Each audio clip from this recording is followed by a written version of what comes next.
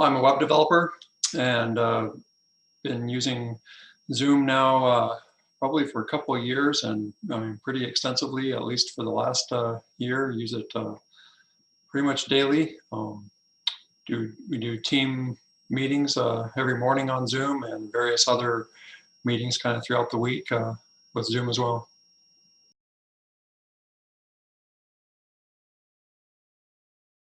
I guess I'd say it's probably more on the easier side to use compared to most of the other kind of, video conferencing, video collaboration tools that I've used. We've also used Microsoft Teams a bit, but we prefer Zoom. Find it to be easier to use, I don't know, more reliable, tend to have better connection quality, I think, overall.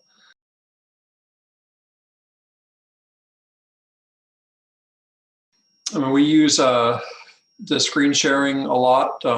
Being a web developer, we're working on creating websites, and so a lot of what we do in our meetings is, either as a team or working with the clients we're creating the website for. We show the website off to them, demo different features, use it to, show bugs we found with our website, I'll do code reviews, all that kind of stuff. So, a lot of that, a lot of those things that we used to, when we were together in an office, you'd be able to just have someone kind of peek over your shoulder or, kind of watch you use the computer. But now, since we're working remotely, being able to share our screen is a really vital tool for us.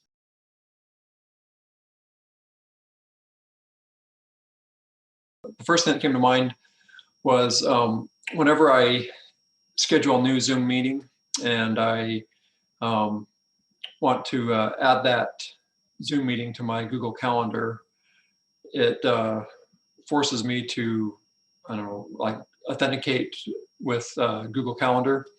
And it's not a huge deal, but it's kind of annoying because each meeting you do that, you basically give Zoom access to your Google Calendar so it can add the event to it. And then I get this email notification from Google saying, I've just, authorized the new application Zoom and given it permissions to my calendar. I would expect that to happen, the first time I did it, but it happens every single time I share a meeting. So, if I create 3 meetings in 15 minutes, I have to authorize it each time, and I get, 3 sets of emails from Google notifying me that I've granted this application permissions in my calendar. So that was just one little annoyances that has kind of stuck out to me as I've used it in the past.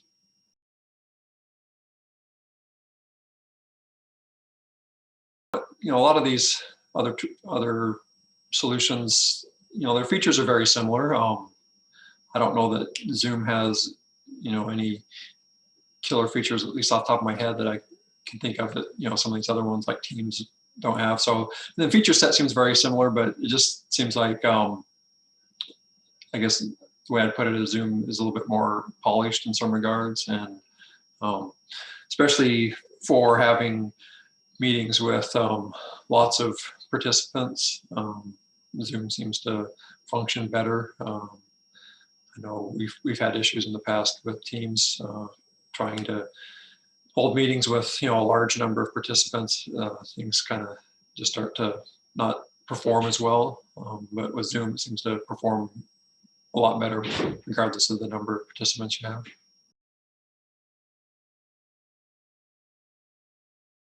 Yeah, I think I'd probably give it a 9. Like I said, it's worked very well for us. We've enjoyed it for the most part, and I could really only think of that one kind of minor issue with Google Calendar that stuck out to me as something I'd like to see improved. But overall, it's just kind of a minor annoyance that you can certainly live with. So yeah, I'd give it a 9 out of 10, and I recommend Zoom all the time for this type of work.